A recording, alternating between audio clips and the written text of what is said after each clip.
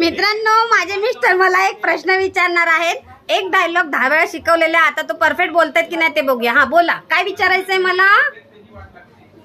Sairat picture मध्ये विहिरीत उतरलेला अर्चनाने तिला प्रश्न केला होता,